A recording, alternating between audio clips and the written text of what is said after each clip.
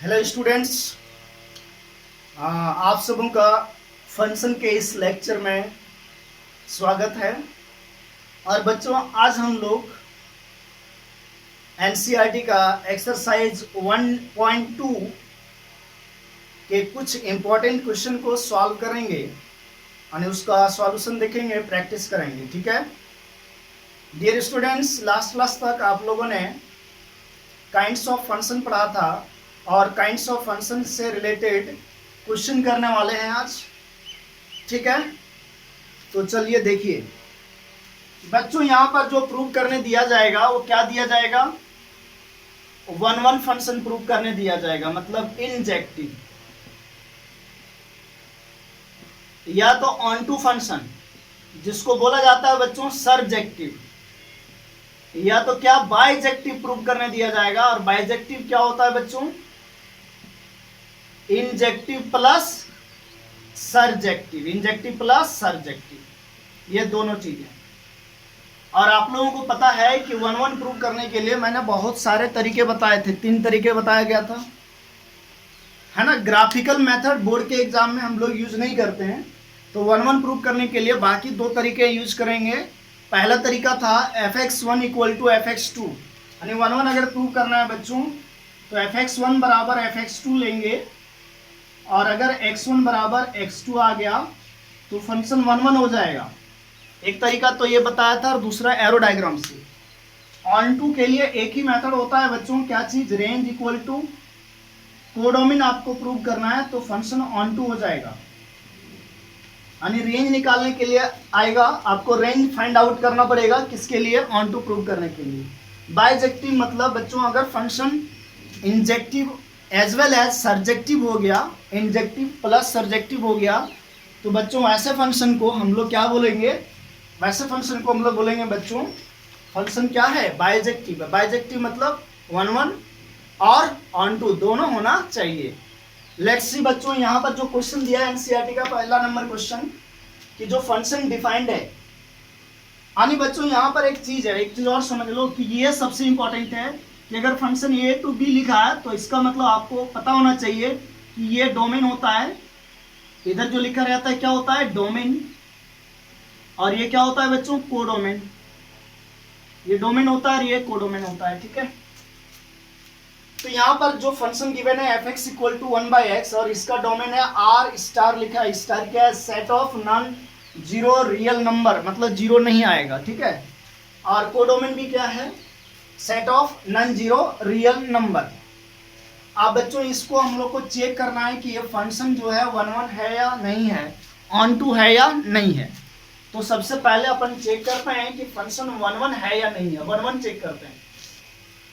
तो dear students, function जो दिया है fx equal to 1/x such that x belongs to all real number except zero, set of non zero real number मतलब सारे number zero को छोड़ करके।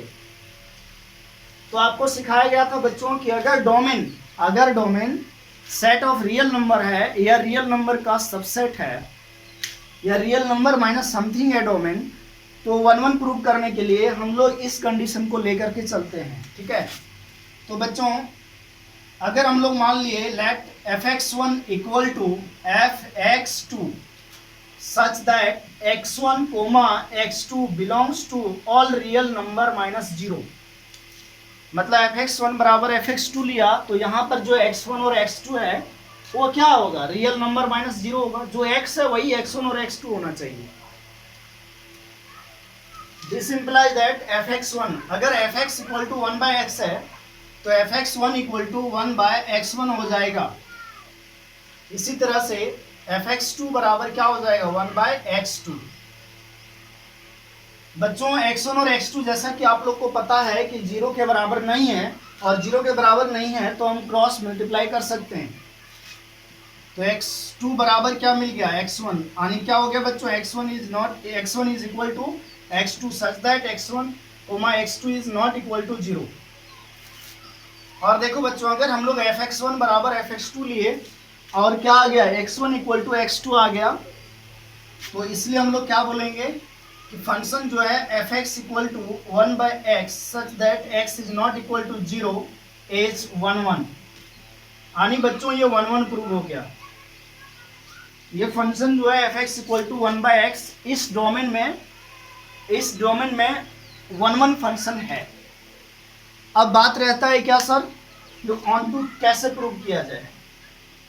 तो ऑन टू प्रूव करने के लिए क्या करना पड़ेगा, ऑन टू अगर प्रूव करना है बच्चों, तो ऑन टू प्रूव करने के लिए रेंज निकालना पड़ता है। ऑन टू प्रूव करना है, अगर आपको फंक्शन को ऑन टू प्रूव करना है तो क्या निकालना पड़ेगा, रेंज फाइंड आउट करना होगा।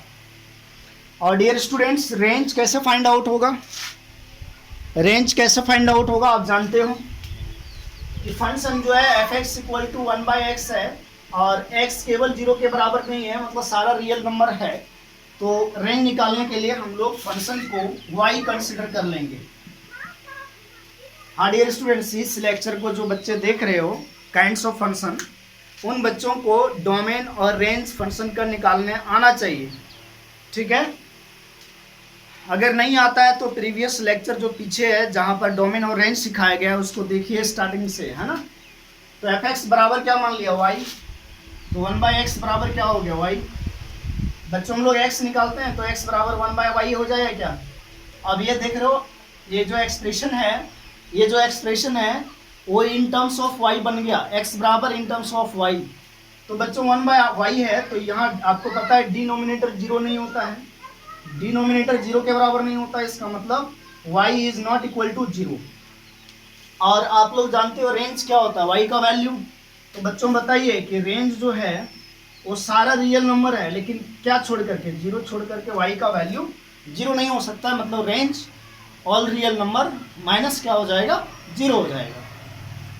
देखो इस फंक्शन का कोडोमेन भी वही है, ऑल रियल नंबर -0। तो हमारा रेंज जो है वो किसके बराबर आ गया, कोडोमेन के बराबर आ गया। और रेंज कोडोमेन के बराबर आया बच्चों, तो हम लोग क्या बोल सकते हैं, hence f(x = 1/x) is on to. तो एक तरह से ये क्वेश्चन जो था, ये फंक्शन जो था, इस डोमेन में हम बात कर रहे हैं, इस डोमेन में हो सकता है डोमेन चेंज कर दें तो ये 1 1 नहीं हो या ऑन टू नहीं हो। तो डियर स्टूडेंट्स, इस डोमेन और कोडोमेन में फंक्शन 1 1 और ऑन टू दोनों है। हाँ, एनसीईआरटी में ही आगे क्वेश्चन में लिखा है, अगर आपके पास बुक है तो आप देखोगे क्वेश्चन आगे भी है, अभी ये क्वेश्चन कंप्लीट नहीं हुआ है। आगे लिखा है बच्चों कि इज द रिजल्ट ट्रू। अगर रिजल्ट ट्रू हो जाता है, मतलब 1 1 और ऑन टू दोनों हो जाता है, तो अगर डोमेन जो r* है अगर रिप्लेस कर दें n से, यानी अगर बोला जा रहा है क्वेश्चन में, अगर जो r* है इसको रिप्लेस कर दिया जाए किससे, n से, तब क्या होगा, यानी फंक्शन रिडिफाइंड होगा। f अब n से r* चला गया और f(x) बराबर 1/x रहा। तो अब चेक करना है कि ये 1 1 होगा या नहीं होगा। तो डियर स्टूडेंट्स, 1 1 होगा या नहीं होगा, तो देखते हैं। सबसे पहले 1 1 चेक करते हैं। यानी क्वेश्चन नंबर 1 में 2 पार्ट था, पहला पार्ट हमने कर लिया। अब क्या किया, बंदा ने क्या बोला कि अगर सही हो जाता है, मतलब 1 1 और ऑन टू दोनों हो जाता है, तो आप एक काम करो कि डोमेन को चेंज कर दो। डोमेन को किससे चेंज कर दो, सेट ऑफ नेचुरल नंबर से। और आपको पता है बच्चों, अगर फंक्शन का domain set of natural number हो गया, जैसा कि फंक्शन है 1/x और x जो है बिलोंग्स कर रहा है नेचुरल नंबर से, तो आपको बताया था कि 1 1 चेक करना है तो एरो डायग्राम बना लो। तो एरो डायग्राम बना लेते हैं बच्चों। इधर हम लोग रख लिए सपोज दैट n, और इधर रख ले रहे हैं बच्चों r*। का मतलब any real number, okay. n मतलब नेचुरल नंबर 1 2 3 4 5 6 इस तरह से जाएगा, है ना बच्चों।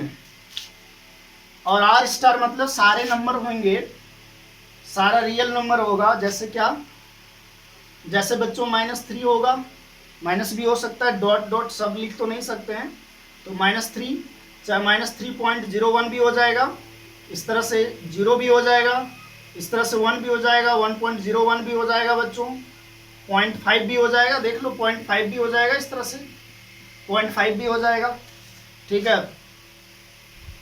और बहुत सारा वैल्यू होगा। डॉट डॉट का मतलब वही हुआ, 1 भी हो जाएगा, 2 भी हो जाएगा, 3 भी हो जाएगा, इस तरह से बहुत रियल नंबर में सब कुछ आएगा ना। और फंक्शन डिफाइंड है कहाँ से, a से b f।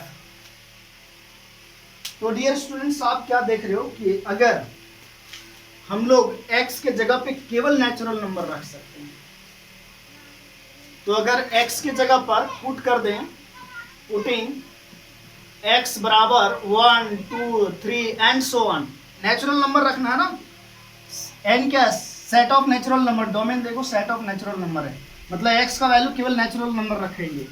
तो अब देखते हैं 1 1 होगा कि नहीं। देखो बच्चों, अगर f1 निकालते हो,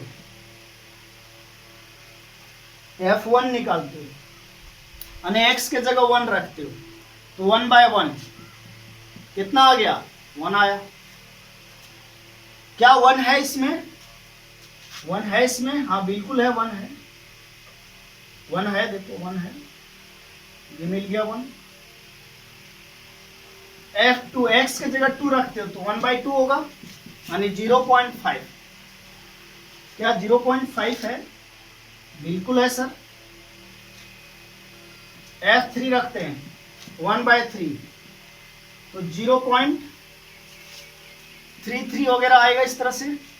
क्या ये रियल नंबर है कि नहीं यार, स्टार से बिलोंग कर रहा है, होगा, मतलब ये 0.33 कहीं इधर होगा 0.5 से पहले, इस तरह से।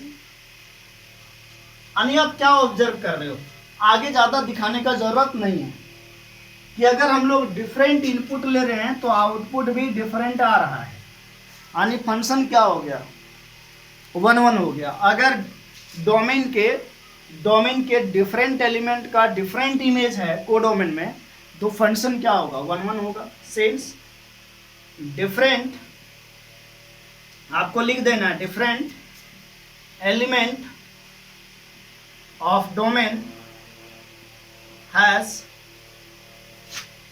different image in codomain, hence fx equal to 1 by x is 1 1। अब बात रहा ऑन टू प्रूव करना है कि ऑन टू है या नहीं है। तो डियर स्टूडेंट्स देखो, रेंज जो आ रहा है ना, वो सारा रियल नंबर नहीं आ रहा है, यहाँ जो रेंज आ रहा है वो सारे रियल नंबर नहीं आ रहे। अगर रेंज की बात करें तो देखो रेंज क्या आ रहा है, 1 बाय 1, 1 बाय 2, अगर 2 रखोगे, x के जगह 2 रखोगे तो 1 बाय 2 आएगा, x की जगह 3 रखोगे तो y का वैल्यू 1 बाय 3 आएगा। रेंज होता है ना, रेंज इस तरह से। 4 रखोगे तो 1 बाय 4 आएगा, 1 बाय 5 आएगा, इस तरह से। क्या इस रेंज में सारे रियल नंबर आ रहा है, क्या सभी रियल नंबर है, क्या सभी रियल नंबर नहीं है। तो यहां पर देख रहे हैं हम लोग, यहां से क्या क्लियर पता चल रहा है, क्लियर क्या निकल रहा है बच्चों, कि कोडोमेन जो हमारा है ना, वो आज भी वही है, ऑल रियल नंबर -0, लेकिन रेंज तो गिने चुने एलिमेंट आ रहे हैं। तो क्या हुआ यहां से कि रेंज जो है वो कोडोमेन के इक्वल नहीं है, यानी कह सकते हो range is subset of codomain. Range और कोडोमेन, रेंज जो है वो सबसेट है कोडोमेन का और इक्वल नहीं, यानी कहने का मतलब that is not equal, hence fx equal to 1 by x is not onto function, is not onto function. तो आपने क्या देखा कि अगर डोमेन को हमने चेंज कर दिया तो जो 1 1 था वो 1 1 रहा, ठीक है, लेकिन ऑन टू नहीं रहा। यानी सारा गेम फंक्शन में किस पे होता है, डोमेन और रेंज का खेल है बच्चों। ओके माय डियर स्टूडेंट्स, तो एनसीईआरटी का पहला क्वेश्चन सोचो कितना मजेदार था, कितना कॉन्सेप्चुअल था। तो बच्चों अगर कोई स्टूडेंट्स अगर सोचता है कि हम डायरेक्ट क्वेश्चन कर लें एक्सरसाइज का, वो भी फंक्शन चैप्टर का, तो ये पॉसिबल नहीं है। सो बच्चों आप लोग के लिए एक पर्सनल सजेशन है कि अगर आपको फंक्शन बढ़िया से समझना है और ये एनसीईआरटी का क्वेश्चन कर लेना है या बोर्ड के एग्जाम का क्वेश्चन कर लेना है फंक्शन का, तो आप मेरे जो फंक्शन का लेक्चर है ना, वो स्टार्टिंग से देखो और एक एक क्वेश्चन सॉल्व, एक एक लेक्चर देखो और सभी को कॉपी में नोट कर डालो और जितना बार हो सकता है उतना बार उसको पढ़ो बच्चों, क्योंकि सारे जो लेक्चर्स हैं उसमें सारी बातें याद रखने वाला है। अब एप्लीकेशन तो 12th में है ना, फंक्शन का देखो डोमेन और रेंज का अप्लाई कर रहे हैं क्वेश्चन सॉल्व करने में जो एग्जाम में पूछा जाता है। और बच्चों 100% बोर्ड के एग्जाम में पूछा जाता है क्या चीज़ प्रूव करने के लिए, 1 1 और 1 2। एज माई एक्सपीरियंस मैं आपको बता रहा हूँ, फंक्शन में सबसे ज़्यादा बच्चे डाउट लेकर के आते हैं और लास्ट तक डाउट रहता है। इवन इन बहुत सारे बच्चे जिनका कॉन्सेप्ट क्लियर नहीं हो पाता है या कोई हल्के में लेता है अगर फंक्शन को, तो क्या हो जाता है जानते हो, एग्जाम में भी इसको गलत सॉल्व करके आता है। क्योंकि यहाँ पर मेन काम डोमेन और रेंज और बेसिक फंक्शन का है। केवल 1 1 और 1 2 का परिभाषा याद रखने से क्वेश्चन सॉल्व नहीं हो जाएगा। ठीक है बच्चों, तो you have to learn with concept all previous lecture. ठीक है, तो ये पहला नंबर क्वेश्चन हुआ। कौन सा क्वेश्चन हो गया? First number. डियर स्टूडेंट्स, अब सेकेंड नंबर क्वेश्चन बहुत ही आसान है। देखो,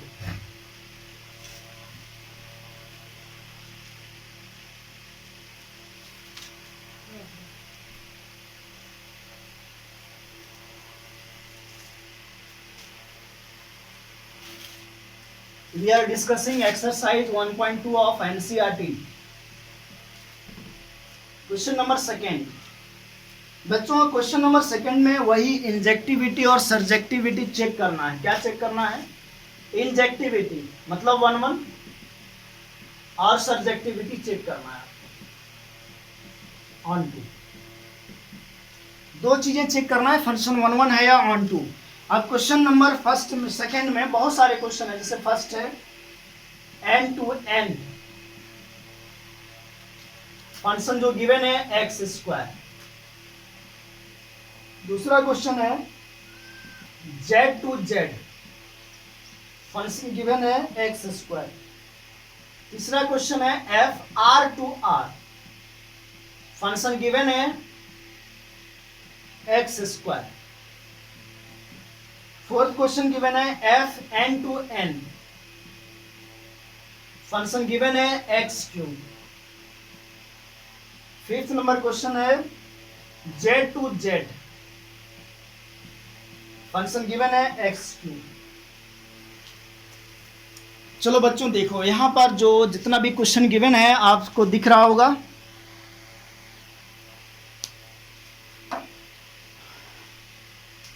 जिन बच्चों को ना डोमेन और रेंज का ज्ञान नहीं होता है, जिन बच्चों को डोमेन और रेंज का ज्ञान नहीं होता है, वो सोचते हैं ये तीनों क्वेश्चन सेम है और ये दोनों क्वेश्चन एक ही है। लेकिन बच्चों ये सारे क्वेश्चन डिफरेंट है। मैं बार बार बोल रहा हूँ फंक्शन, मैं क्या बोल रहा हूँ बार बार, फंक्शन जो है, बार बार आपको बोला जा रहा है कि फंक्शन में मेन चीज क्या है, डोमेन और रेंज और कोडोमेन की बात करें। बच्चों देखो, यहां पर जो पहला क्वेश्चन है इसका डोमेन नेचुरल नंबर हो गया, मतलब 1 2 3 4 5 वगैरह। सेकेंड क्वेश्चन में जो डोमेन हो गया वो जेड हो जाएगा, मतलब इंटीजर, मतलब प्लस माइनस सब आएगा। थर्ड क्वेश्चन में रियल नंबर हो गया। इसी तरह इसमें एक्स क्यू वाले में नेचुरल नंबर, फिर इंटीजर।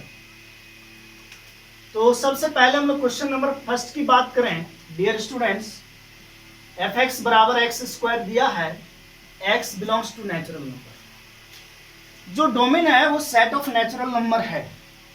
तो अगर 1 1 प्रूव करना है यानी इंजेक्टिविटी देखना है तो fx1 बराबर fx2 नहीं लेना। ठीक है, fx1 बराबर fx2 नहीं लेना।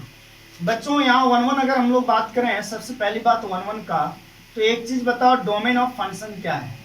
सेट ऑफ नेचुरल नंबर है, मतलब 1 2 3 4 5 वगैरह है। ठीक है, डोमेन ऑफ फंक्शन क्या है? 1 2 3 4 5 6 वगैरह, इस तरह से एंड सो ऑन। तो अगर हम लोग एरो डायग्राम बनाएं, एरो डायग्राम बना लें तो क्लियर पता चलेगा। इधर एन, ये डोमेन हो गया फंक्शन का, डोमेन एन है, कोडोमेन भी एन है, तो इधर भी एन लिखा। फंक्शन डिफाइंड है एन टू एन, ये एफ हो गया। नेचुरल नंबर मतलब 1 2 3 4 5 6 वगैरह। ठीक है बच्चों, आप एरो डायग्राम डायरेक्ट बना लेना, अगर डोमेन नेचुरल नंबर है तो उससे रेंज भी पता चल जाएगा। तो यहाँ 1 1 नहीं लिखो, डायरेक्ट सॉल्व कर दो। प्रीवियस लेक्चर को जरूर देखो, जब 1 1 आपको सिखाया गया था मेथड कैसे चेक करते हैं 1 1। तो अगर डोमेन नेचुरल नंबर है यानी डिस्क्रीट वैल्यू है, चाहे इंटीजर है चाहे होल नंबर है, तो आप पहले एरो डायग्राम बना लो। कोडोमेन भी नेचुरल नंबर है, मतलब यहाँ भी जो आएगा बच्चों 1 2 3 4 5 6 7 8 9 10 11 इन सो ऑन, इस तरह से आएगा। डियर स्टूडेंट्स, अगर x की जगह 1 रखते हो, जैसा कि फंक्शन x स्क्वायर है, तो 1 रखेंगे तो 1 का स्क्वायर क्या होगा, देखो f1 बराबर क्या होगा, 1 का स्क्वायर 1 होगा, मतलब 1 का इमेज 1 ही आएगा। अगर x के जगह 2 रखते हो, आप ये चीज दिखा सकते हो, तो 2 का स्क्वायर कितना हो जाएगा 4, तो 2 का कितना आया बच्चों 4। x के जगह 3 रखा जाए तो 3 का स्क्वायर 9, तो 3 का स्क्वायर 9 आ रहा है। अच्छा 4 रखोगे तो कितना आ जाएगा, 4 का स्क्वायर 16। अगर मैं इसको और बड़ा कर दूं तो कोई दिक्कत नहीं होना चाहिए, चलो बड़ा कर दिया, 10 11 12 13 14 15 16 इस तरह से एंड सो ऑन। तो 4 का क्या हो गया 16। इसी तरह 5 का क्या होगा 25। तो एरो डायग्राम से हमें क्लियर दिख रहा है कि डोमेन के डिफरेंट एलिमेंट का डिफरेंट इमेज को डोमेन में है, इसलिए ये जो फंक्शन है इस डोमेन में 1 1 है, मतलब इंजेक्टिव है।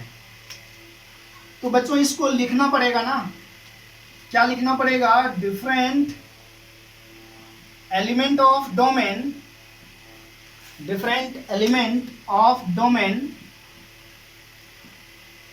Different element of domain has different image in codomain, hence function fx equal to x square, x belongs to natural number is injective। Function क्या हो गया, इंजेक्टिव हो गया बच्चों। अब बात रहा किसका, ये फंक्शन ऑन टू है या नहीं है।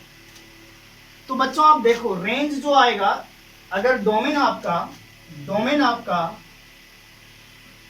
1 2 3 4 5 6 वगैरह है, तो रेंज कैसे निकालते हैं। अगर डोमेन डिस्क्रीट वैल्यू होता है, इस तरह से डिस्क्रीट वैल्यू होता है, तो रेंज निकालने के लिए हम लोग डायरेक्ट ये सारे वैल्यू फंक्शन में रख देते हैं। तो जब x की जगह 1 रखोगे तो 1 का स्क्वायर 1 हो जाएगा, x की जगह 2 रखोगे तो 2 का स्क्वायर 4 होगा, जैसा कि यहां पर निकाल चुके हो 4, 3 का 9, 4 का 16, 25, 36 एंड सो ऑन। अब डियर स्टूडेंट्स देखो रेंज जो है वो 1 4 9 16 वगैरह है, लेकिन कोडोमेन जो है वो पूरा नेचुरल नंबर है, मतलब कोडोमेन ये है। तो क्लियर क्या पता चल रहा है ना, क्लियर क्या दिख रहा है आपको, समझ में आ रहा होगा। इसके बाद तुम लोग यहां नोट कर लेना, इसके बाद यहां आ जाना कि कोडोमेन, यहां पर हम देख रहे हैं कि सिंस रेंज जो है वो कोडोमेन के इक्वल नहीं है, एक्चुअली ये नेचुरल नंबर के इक्वल नहीं है, तो रेंज कोडोमेन के इक्वल नहीं है, इसका मतलब फंक्शन जो है F x is not surjective, function surjective नहीं है। ओके बच्चों, फंक्शन सर्जेक्टिव नहीं है।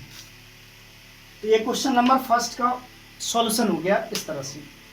क्वेश्चन नंबर सेकंड भी आप इसी तरह से करोगे, बस जेड में क्या होगा, जेड आने का मतलब आपको समझ में आना चाहिए कि सेट ऑफ इंटीजर होता है, मतलब माइनस प्लस सभी नंबर को देखोगे, ठीक है, माइनस प्लस सभी नंबर को देखोगे। यहां से क्लियर पता चल रहा है कि ये फंक्शन ऑन टू नहीं होगा, आंसर में 1 1 भी नहीं होगा, 1 1 भी नहीं होने वाला है। चलो मैं सॉल्व कर देता हूं। सेकंड नंबर क्वेश्चन देखो, आप देखना क्वेश्चन सेम है, लेकिन डोमेन और कोडोमेन को चेंज होने से क्या होता है, क्या 1 1 रहेगा या 1 1 नहीं रह पाएगा।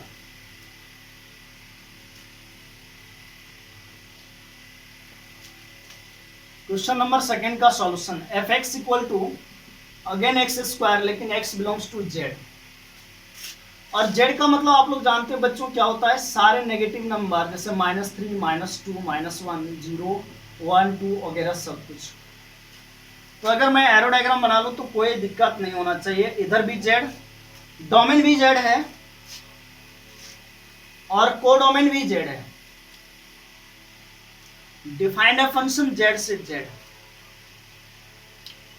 तो सारा हम तो लिख नहीं सकते हैं बच्चों, तो ऐसा करते हैं -3 लिख लिया, -2 लिख लिया इंटीजर में, -1 0 1 2 3 वगैरह, ठीक है। इसी तरह यहां भी सभी नहीं लिख पाएंगे हम लोग, तो -3 -2 -1 0 1 2 3 4 5 6 7 8 9 10 11 12 13 एंड सो ऑन। आप एक काम करो बच्चों, अगर x की जगह पर -3 रखते हो, f -3 क्या आएगा देखो, -3 का स्क्वायर कितना होगा, 9 हो जाएगा। तो -3 का जो इमेज बन रहा है वो क्या बन रहा है, 9।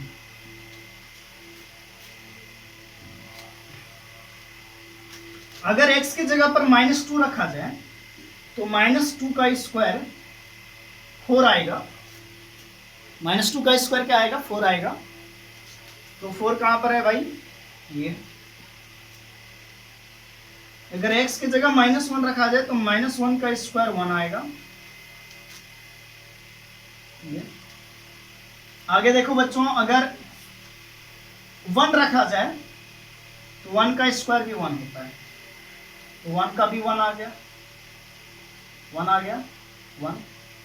2 रखोगे तो 2 का स्क्वायर 4, 3 रखोगे तो 3 का स्क्वायर 9। आप क्या चीज देख रहे हो, मतलब x की जगह हम 2 रखें तो भी 4 आ रहा है और 3 रखें तो 9 आ रहा है।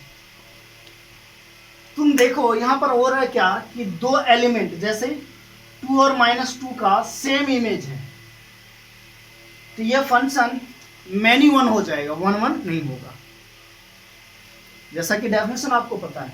इसी तरह से -3 और 3 का सेम इमेज है, तो यहां पर हम लिखेंगे, ठीक है, here, है ना,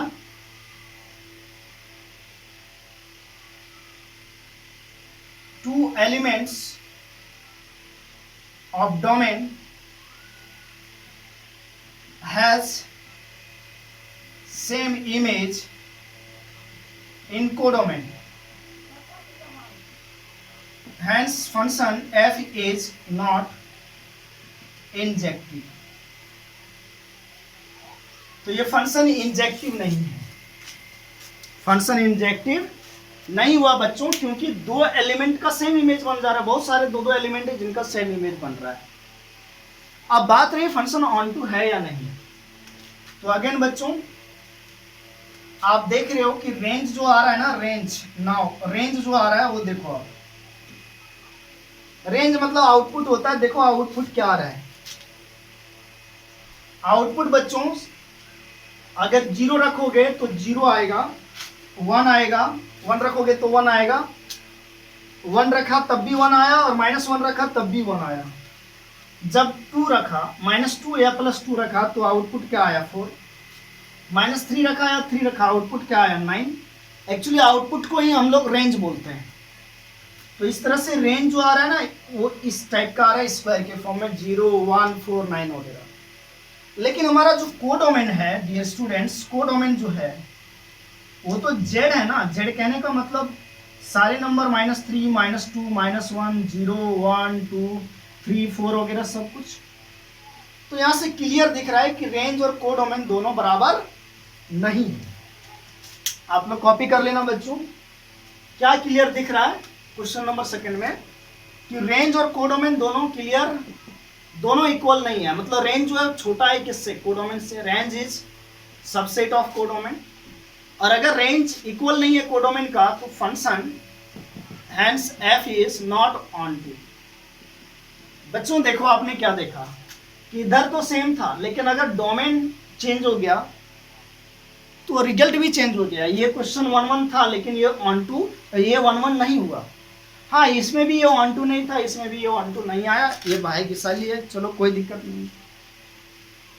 3rd नंबर क्वेश्चन देखो बच्चों, तीसरा नंबर क्वेश्चन कैसे सॉल्व होगा। तीसरा नंबर क्वेश्चन, अगेन फंक्शन दिख रहा है वैसा ही, लग रहा है सेम है, सेम फंक्शन नहीं है बच्चों, अलग है। अलग इसलिए क्योंकि डोमेन चेंज हो गया, अब डोमेन रियल नंबर है। और बच्चों आप लोग को बताया गया था कि अगर डोमेन रियल नंबर है तो हम एरो डायग्राम नहीं बनाएंगे। अगर डोमेन रियल नंबर है तो एरो डायग्राम नहीं बनाना है, ठीक है। तो 1 1 चेक करने के लिए सबसे पहला काम क्या करते हैं कि लेट कर लेंगे fx1 बराबर fx2, ठीक है बच्चों। यहाँ ध्यान रखो कि x1 x2 बिलोंग्स कर रहा है रियल नंबर से। अगर डोमेन रियल नंबर है तो एरो डायग्राम से नहीं सोल्व करेंगे, 1 1 नहीं निकालेंगे, fx1 बराबर fx2 मानेंगे। fx बराबर फंक्शन है x स्क्वायर, तो fx1 बराबर होगा x1 स्क्वायर, और इस तरह से। बच्चों गलती मत करना, ये स्क्वायर स्क्वायर काट मत देना, ठीक है। आप एक काम कर सकते हो, लेफ्ट हैंड साइड में शिफ्ट कर लेना दोनों को, बराबर 0 हो जाएगा। ए स्क्वायर माइनस बी स्क्वायर दिख रहा है, तो ये माइनस बी इंटू ये प्लस बी बराबर 0 हो जाएगा बच्चों। अब यहां से क्या होगा, x minus one x1 minus x2 बराबर 0 होगा, या x1 प्लस x2 बराबर 0 होगा।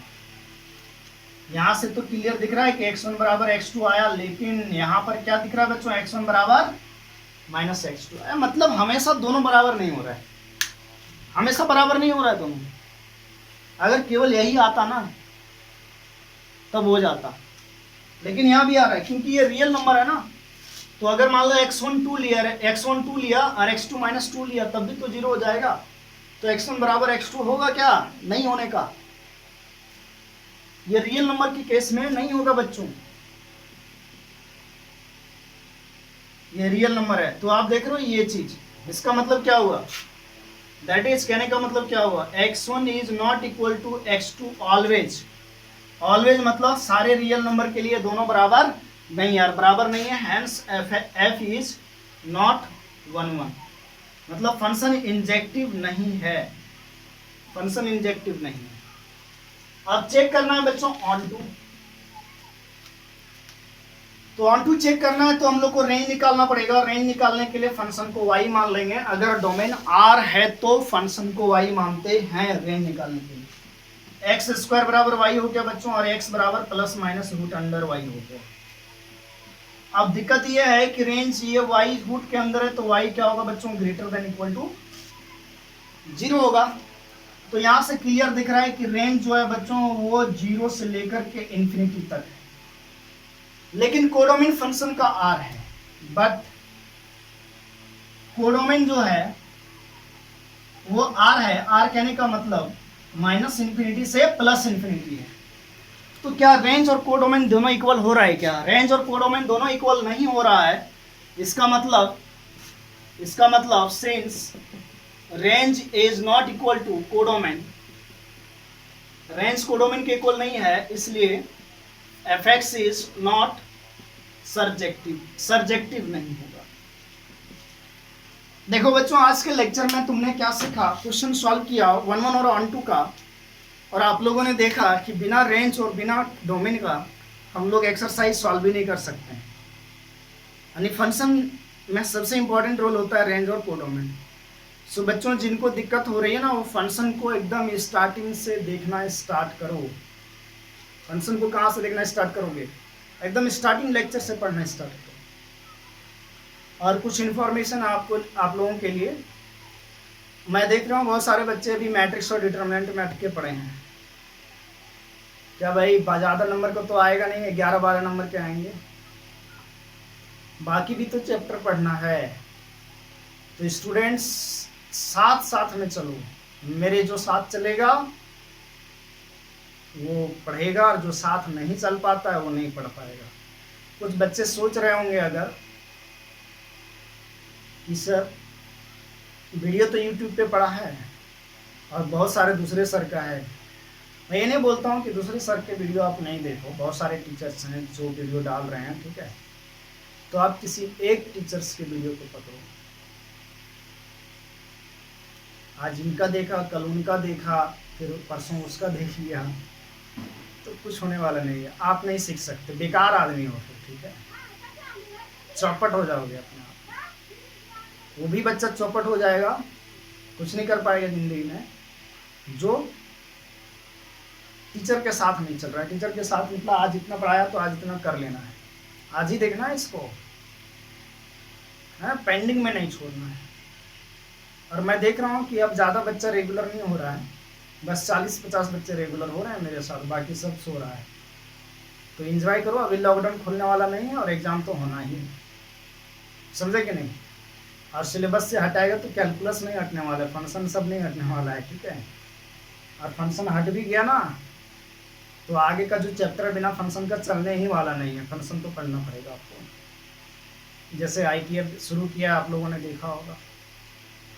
तो बच्चों आप लोग के लिए समझदारी है, जो पढ़ना चाहते हैं वो एकदम रेगुलर रहिए मेरे साथ और एकदम बिंदास होकर रखिए, एक्सरसाइज वगैरह सॉल्व करिए, ठीक है। थैंक यू बच्चों। चलो बच्चों, थैंक यू।